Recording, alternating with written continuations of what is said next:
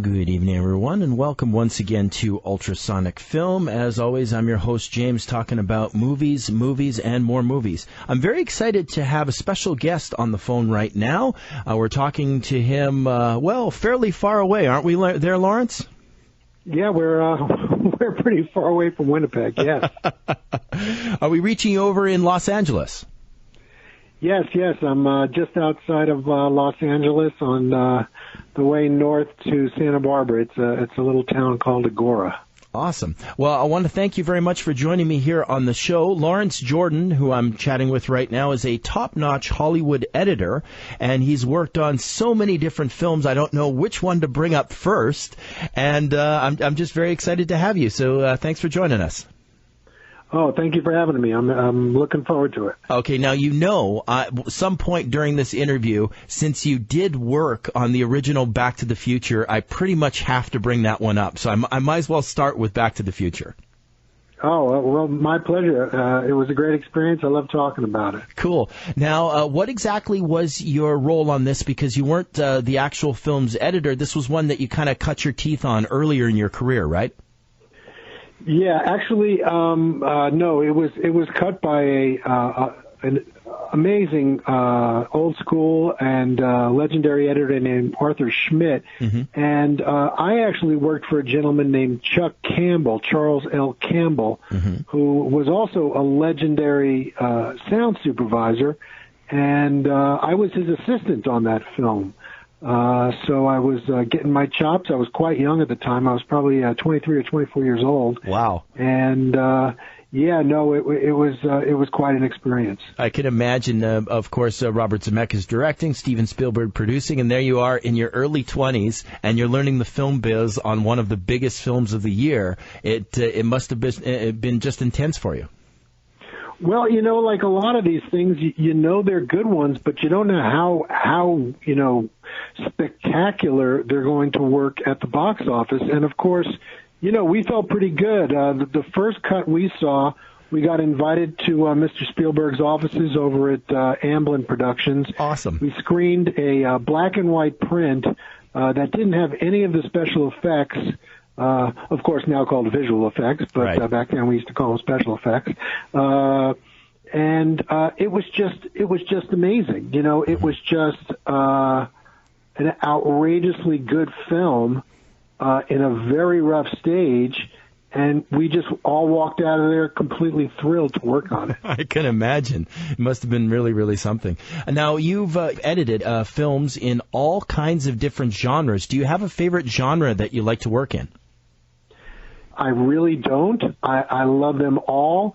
I have sort of become, I don't know if you call it typecast, but, over the last 15 or so years, I've cut mainly comedies. Yes. I love cutting comedies. I've gotten pretty good at it, and it's sort of a specialty in itself. But, I love cutting drama. I love cutting action. I got into the movie business sort of being influenced by the great filmmakers of the late 70s, Francis Coppola and Sidney Lumet. I mean, films like Dog Day Afternoon and The Godfather. Those were the kinds of films that made me want to, cut. Bonnie and Clyde, Dede Allen was a mentor of mine. So,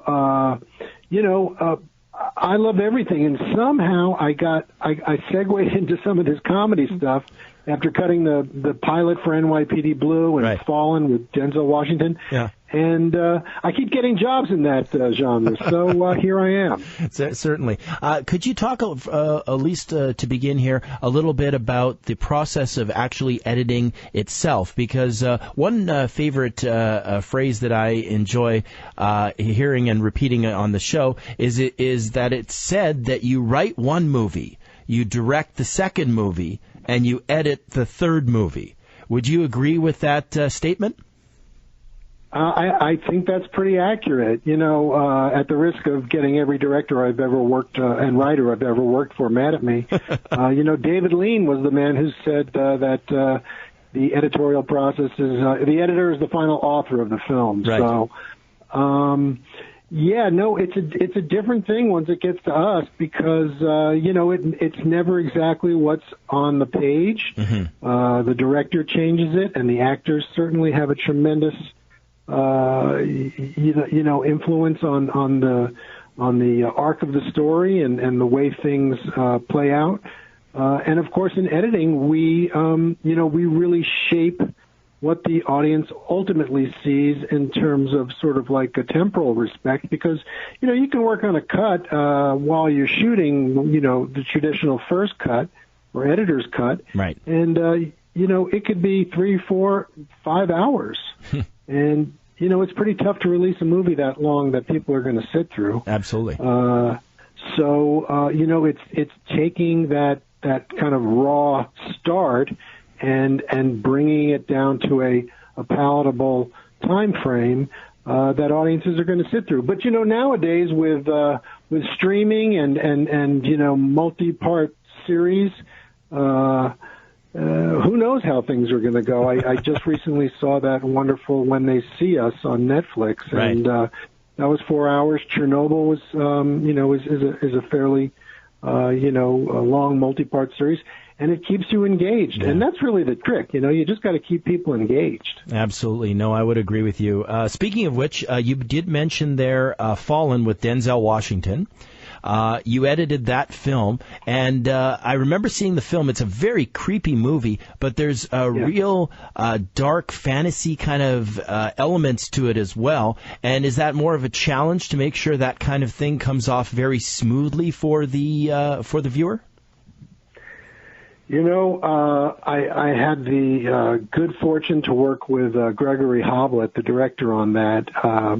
And Greg comes out of the Stephen Bochco School of Television. Right. He directed some of the, sort of like seminal television shows of the 80s and 90s, Hill Street Blues, and of course NYPD Blue. Right. He also directed a very good film called Primal Fear with Richard Gere as well.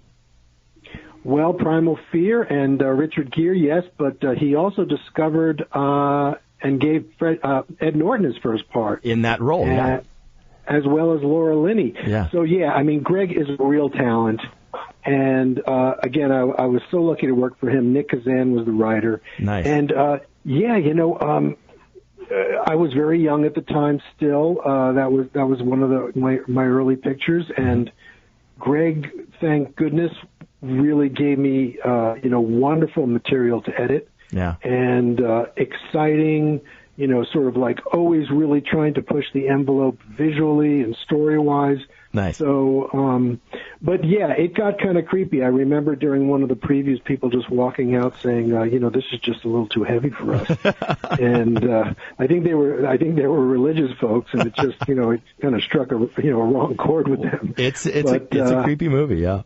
Absolutely. Yeah, and what a thrill, I was probably all of 35 years old working with Denzel Washington and Donald Sutherland and John Goodman, and I was in hog heaven. I can imagine. Let me ask you about action movies, because you have Assassins on your resume there as well. And when you're cutting together action scenes, I'm sure there has to be a much different dynamic than when you're putting together more dramatic scenes. Yeah, absolutely. And again, working for a master director like Richard Donner, and I was co-editor on that with Richard Marx, one of Hollywood's real legends, who just recently passed away, unfortunately. But it was such a thrill because Dick Donner has such a handle on that genre. Having directed all the Lethal Weapons and Lady Hawk and Superman, of course, and the Lost Boys. Again, it was just the material that you had to work with really gave you an opportunity to sink your teeth into it and really get creative. I remember Richie and I working on, sort of the scene where Banderas is trying to find a shot for Stallone, and right.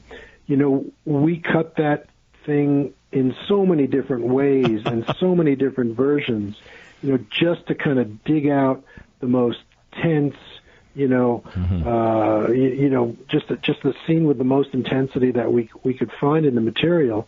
So yeah, it's a different experience than doing a dialogue drama, right? Dialogue drama scene certainly, and always a challenge. Fun to work with Joel Silver on that. He's quite a character and an impresario, and he went on to do fantastic things with the Matrix series. So there you go. Absolutely. No, you're working with some very, very big heavyweights, and like I say, it's fascinating that you got these projects in the earlier part of your career as well. I think that's amazing. Speaking of the earlier part of your career, I have to bring up a cult film that I loved from the 1980s that you actually worked on as well, and this is The Adventures of Buckaroo Banzai Across the Eighth Dimension.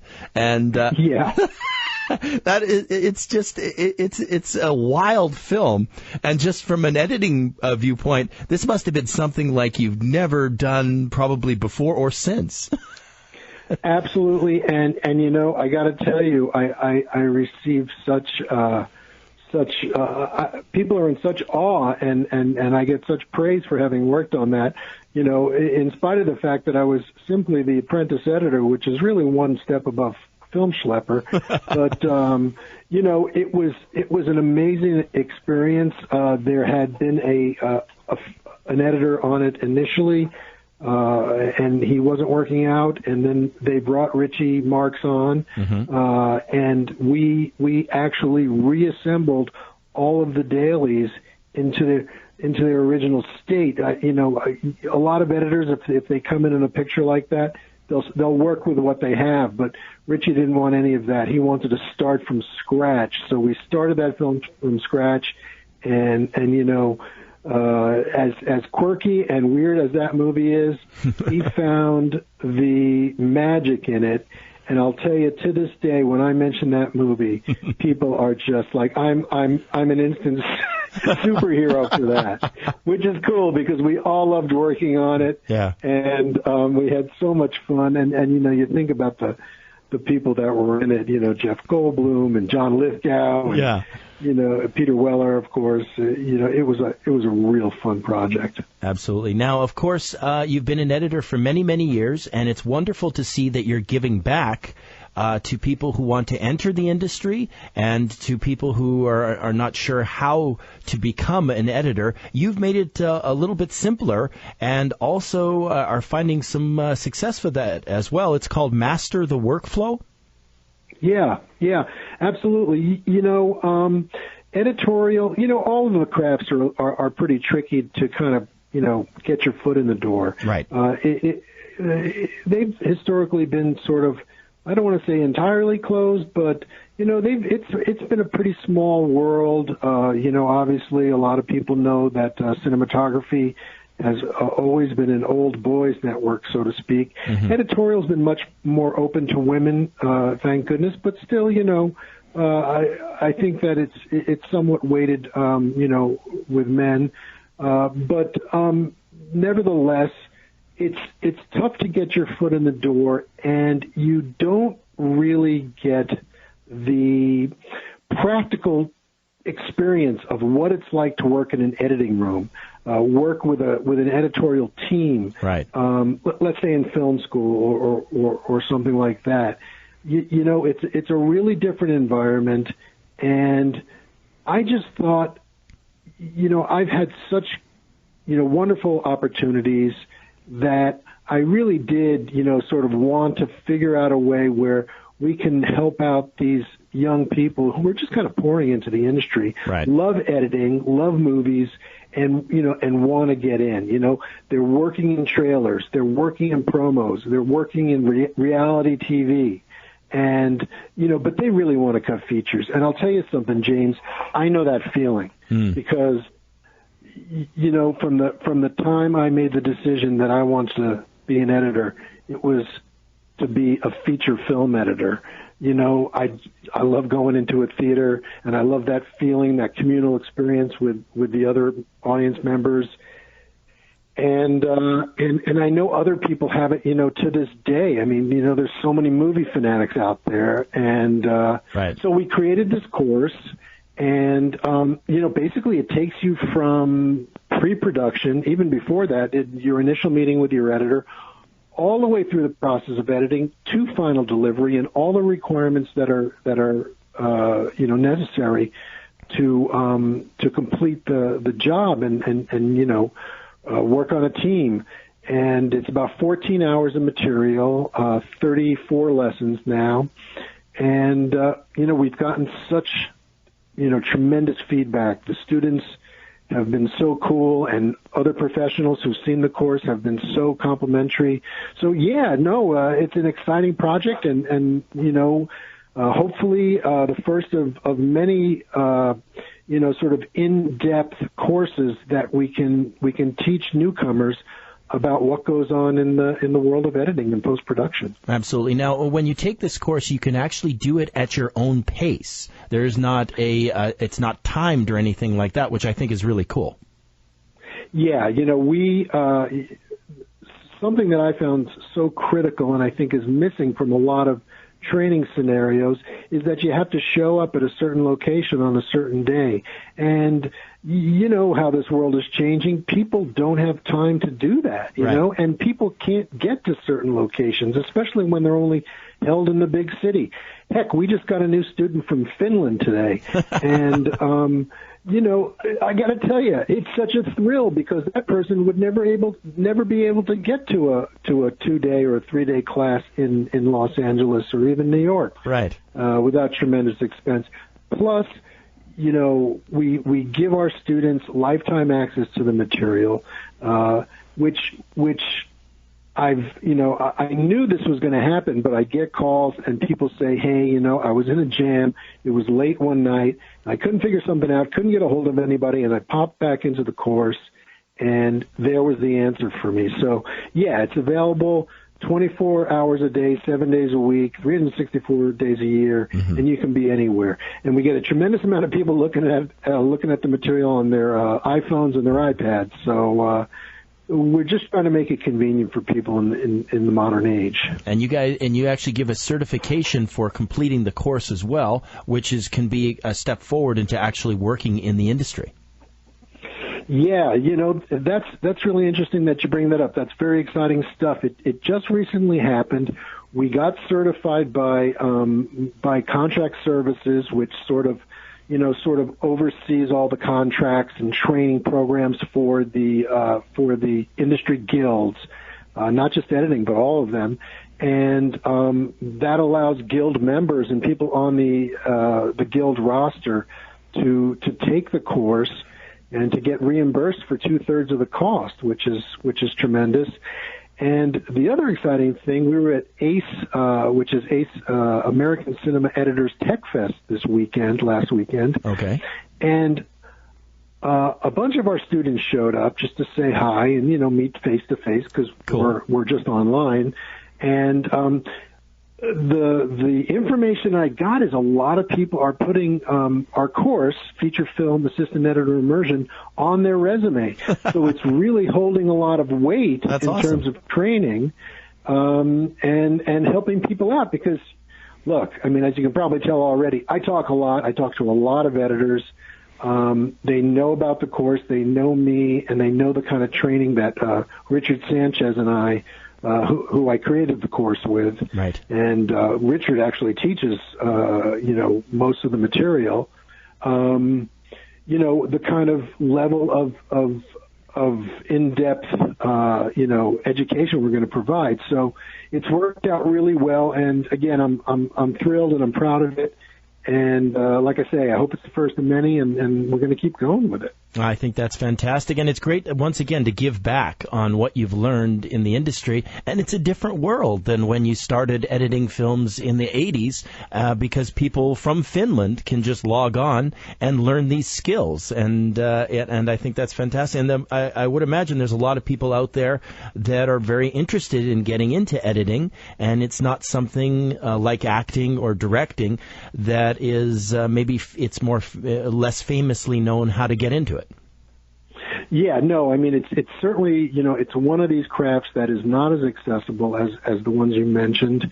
And also, it's such a thrill to see how, how we're teaching the course and the way the process works today. In fact, one of my inspirations for creating the course was I took a course, and it was the only one of its kind at the time because it was 40 some odd years ago. If you don't mind me dating myself, it was called Editing for the Apprentice and Assistant, Editor. And it was at UCLA Extension, and it was the same price as the course we sell now 40 years ago. And it really, it kind of taught you the nuts and bolts. But that was of the 35mm film world. Right. So, the need has always been out there, but again, adapting it into today's, paradigm with digital and the many different systems that are out there was really an exciting experience. Absolutely. Now, if people were looking for information on Master the Workflow, where is the best place to go? MasterTheWorkflow.com. You can go there now. Yeah. It's pretty straightforward.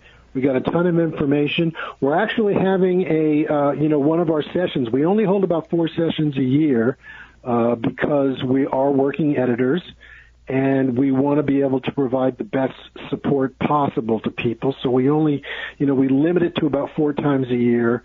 We're actually in our summer session right now. That's going to go until about Sunday night. And if people want to look at the material, or just, get a taste, we have some free downloads, a couple of podcasts that we offer, and some free PDFs, just, sort of give you an overview of the editorial world. We've also got a blog and a couple of podcasts and videos on that. And, I really want to do more because, like you can tell, it's kind of my passion. Absolutely. And, just having come off, I'm just locking a picture right now that I've been on for almost 10 months, and it's just been nuts. But as soon as things wind down, I'm going to take a little time off, and I'm going to start shooting some more videos and maybe doing some more podcasts, and nice. Just sort of building this community, which has been a lot of fun. Cool. Do you mind if I jump back into your films then, just for a little while longer? Okay, that's cool. One of the earliest credits I can find for you on IMDb, which I think this is absolutely hilarious, is a film that has won Best Picture. You were an apprentice editor on one of your very first films on Terms of Endearment with Jack Nicholson and Shirley MacLaine. That was one of the very first films you worked on, and it was Oscar nominated for editing. And yes, it was. And you were the apprentice editor on that. That must have been an amazing kickstart to your career.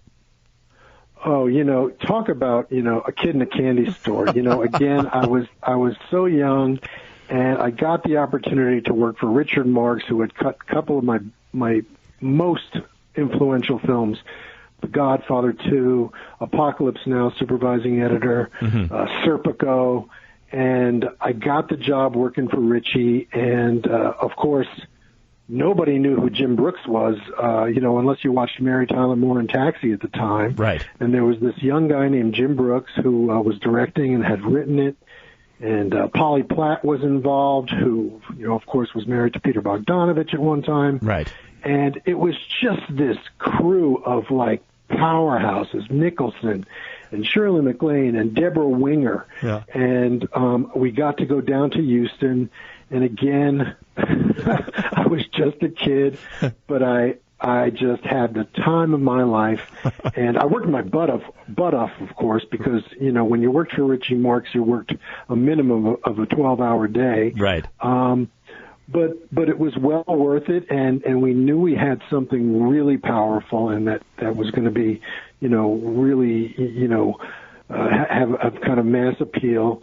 But when it got nominated for 5 Academy Awards, I think we were all kind of just, our minds were blown, including editing. Yeah. And, it's funny because even when you're just a low man on the totem pole, like I was on that film, you get a credit like that, and it's magic. Yeah, people think that, you've got some kind of magic. And it was very easy for me to get work after that for a very long time.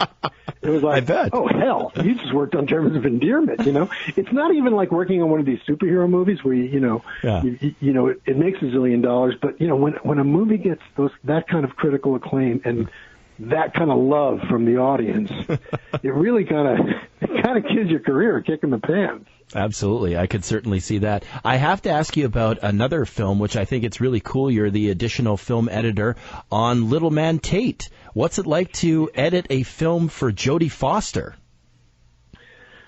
Oh, tremendous experience. She's just a fine human being.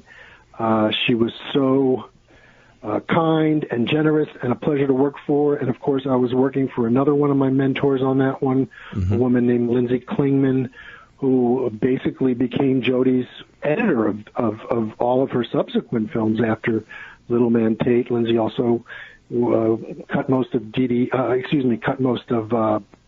DeVito's pictures, right, after War of the Roses, and great experience. Jodie would come into the cutting room, and she'd look like a kid from the Valley, and then she would have some sort of photo shoot for Vogue, and she would do her makeup and her hair, and we'd think, holy cow, here's a movie star. The transformation was spectacular, but a lot of fun, and what can you say? You just feel lucky to work for people who are that smart and have that much talent. So that was a good one. Yeah, that was a fun one, and I got an associate editor credit on that. And Lindsay and Jodie were both very, very generous and kind. You also mentioned the War of the Roses. I should, of course, point out that you were also credited on that one. That's the very famous Michael Douglas, Kathleen Turner, Danny DeVito film. Yeah, and again, another blast. Worked my arse off, if I can say that on the radio. Yeah, we're good with that. I was coming out of the cutting room, I remember one morning at around 1 o'clock in the morning, and I see Jim Brooks, Danny DeVito, and Richard Sakai walking towards me, and they're just pointing, go back. And I was like, you're kidding me. I worked like some 80 and 90-hour weeks on that picture. Oh, wow. But, it's just all adrenaline at that point. You're working with these like super talented people, and the movie, you can just feel it in your bones, is going to be, just phenomenal. Right. So it's like, it was all like, that's what happens. It's like you're running on adrenaline, and that's what keeps you going. And then, when you finish, you basically collapse for a couple of months if you're lucky to get that much time off.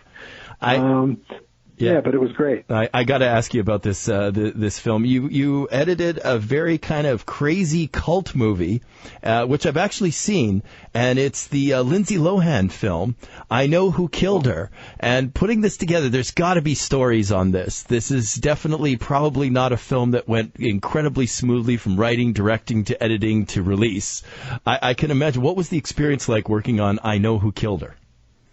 Well, my experience being the editor, somewhat protected from the craziness of what goes on the set, was fine. Yeah. And again, I was working for a great guy, a young guy named Chris Sivertson, who's got a lot of talent and an encyclopedic film knowledge of the genre.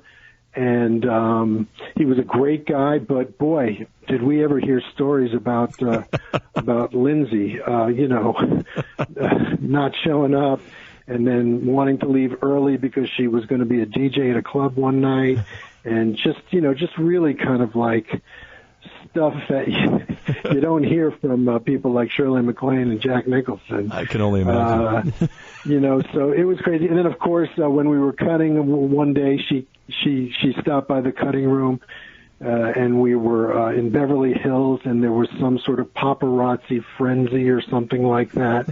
And she came in with her little mini entourage, like all out of breath and sweating, just having avoided the paparazzi at the time. So, yeah, that was a bit of a circus and sort of a weird experience for me.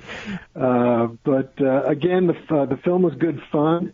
We cut it on that old version of Final Cut Pro 7, and had a good time. It was, it's always fun to work with different kinds of tools and things like that, and Chris was really into it. So we knocked it out. I'm sorry the picture didn't do as well as we had hoped. Right. I think that Lindsay put a little bit of a kibosh on it with her antics, but when an actor does stuff that the public doesn't like, they tend not to go to your movies. It's very true. Okay, I got to ask you, these are some standard questions here, but I'm very curious as to your responses on them. First up, what would you say is one of the greatest editing experiences that you had, if we haven't already covered it, or even if we have already covered it? I'm kind of curious, after everything you've worked on, what kind of stands tall as something like, that was amazing, I got to do that? Gosh, we've just talked about so many of the really kind of like, spectacular experiences with these big stars and what have you. Mm-hmm. Cutting the pilot for NYPD Blue was really a highlight. You were nominated for an award for that as well. Yeah, I got nominated for an Emmy, but I was just a young guy. I was probably 31 or 32 at the time, mm-hmm. and I didn't know anyone in any of the guilds or anything, and they didn't know me. And there was still this generation of older editors that kind of, sort of like didn't necessarily want to let you in the club so easily. There was like sort of like, a lot of people like to try to diss and hate on the fact that Greg was doing stuff that they were only doing commercials, like all that moving camera stuff anyway, but the experience was just such a thrill, and it was really where I got to, flex my creative muscles. Greg gave me a tremendous amount of freedom. Awesome. And then, of course, boom, it got nominated for 26 Emmys, including myself.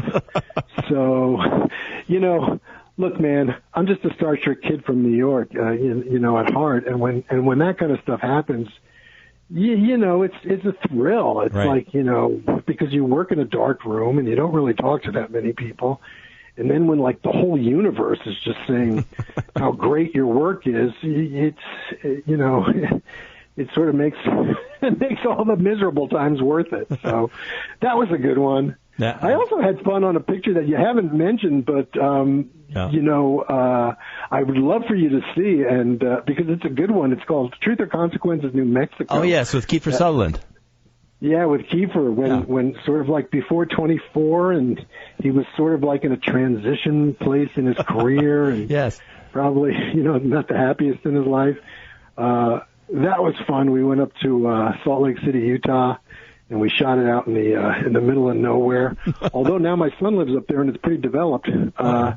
Interesting. But that was a lot of fun, and this crazy guy named Vincent Gallo was the star, and him and Kiefer, were fighting like cats and dogs. And Kim Dickens, who's now become a well-known actress in television and shows up in a lot of pretty prestigious shows, mm-hmm. was in that, and so was Kevin Pollak, and Michael T. Williamson was in it. Well, man, it had a good cult cast for its day. It was definitely kind of a rough and tumble, violent flick there, but you had fun doing that one, eh? Yeah, it really was, because Kiefer he was a young guy, but like here's a guy who was born into it, and just you could tell he ate and slept and breathed movies and television, and just he got it. And it was only, I think, his second feature that he directed, but he was really passionate and he kicked some ass, and we had fun. So that was a good one. Awesome. Now, I got to ask you, what was your most challenging experience, most difficult experience, even if we've already mentioned it as well? I'm very kind of curious as to, because of all the environments that you come in, there's got to be ones where you're recutting and you're trying different things and all of that. What really kind of jumps to mind for you there? Well, I got to tell you, it was a film called, I don't, I'm a little reticent to talk about it, but the truth is the truth. It was a film called Furry Vengeance. Starring starring Brendan Fraser and Brooke Shields. Yeah, I think I've heard of that. Right. Yeah. It was just this picture that, it looked great on paper. And for some reason, it was about Brendan Fraser. He moves up to the woods, and he's a real estate developer, and he's going to build this, he's going to develop the pristine wilderness, build houses, and the animals are going to have nothing with it. And they decide to make his life miserable. Well, again, it looked good on paper. It was produced by Participant, Jeff Skoll's company, who makes all of these prestigious, and sort of like socially relevant films. Right. And, and that's sort of like what I thought it was going to be going into it. And unfortunately, at the time, they decided to try to get all the animals to do the gags that needed to be done in the film themselves. That sounds incredibly logistically hard. A possum and a raccoon, and a raven, and all of these things. And they just shot 1 billion feet of film. Oh man! And it was just like trying to find, and none of them did the trick, of course. So you're going through just scene after scene after scene after scene for hours and hours on end, trying to get And they weren't. And the worst part of it, they weren't funny, and it was a comedy. And I said to them at a certain point, I said, in this day and age, the kids who are going to go see this movie, they're used to these spectacular CGI animals that do these fantastic things. I mean, have you seen Ice Age? Have you seen this? Have you seen that? No, we're doing it all second unit. Oh man!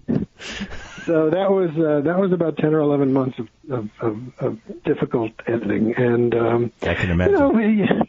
But they all become your children, man. You work with them for so long, and you love them all, and you want them all to do good. And but I would have to say to answer your question, that was probably one of the more challenging ones that I can remember.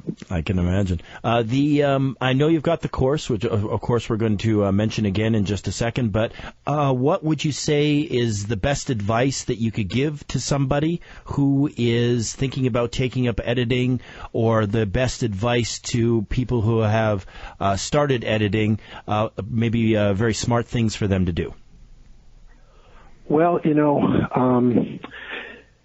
it's not like the old days. You don't necessarily have to have a relative in the industry. Of course, it never hurts, but sometimes it does hurt. Sometimes it does hinder you, especially maybe today. There are so many young people coming from all walks of life, and my best recommendation is to obviously, first of all, make sure you get the training that you need to do the job that we do, and that's a little tricky, but it can be done. And second of all, be proactive. Get out there and meet people in your niche. Meet people in the editing field. Meet people in post-production. Do your research. Find out who's making what films. Find out who the assistants are. Find out who the post-production supervisors are, and try to get yourself in the door. It's not a in spite of what you might learn in school or something, right, you might come out with a really good degree, you might have a tremendous amount of knowledge, but you're going to have to probably start as a very low person on the totem pole, and that could be a driver. That could be a production assistant. If you do want to get a job as a production assistant, try to get a job as an editorial production assistant, because that's going to create your network. Right. And your network is everything. Now, don't become a production assistant in commercials, because if you want to be in features, because your network will become commercials. I see. Stay focused and go exactly where you ultimately want to go. Mm-hmm. Of course, there's variations on every theme, and, who knows what could happen. You could meet somebody in the supermarket, for goodness sake, and they could say, yeah, exactly. That's Hollywood. Yeah. And even, New York and London are big production centers. But really stay focused on your goal and try to create your network in that goal. And yeah, I mean, I'm not going to pull any punches. Get training. Get training get good training because it's going to give you confidence when you do get an opportunity. Awesome. You know what I mean? I know exactly what you mean. And speaking of good training, once again, mastertheworkflow.com. I've checked out the website. It's really cool. And if you're interested in learning how to edit, I think this is a wonderful way to do it. Lawrence Jordan, I want to thank you very much for joining us here on Ultrasonic Film. I really do appreciate you taking the time to do this. I had a lot of fun chatting with you about all these films. Oh, it's so nice, and I'm so appreciative you wanted to hear from me. I love Canada. I've done a couple of films up there, and I hope to do more. Awesome. You take care, sir, and we'll be looking for your name on movies coming up. Take care, James. Bye. Bye-bye.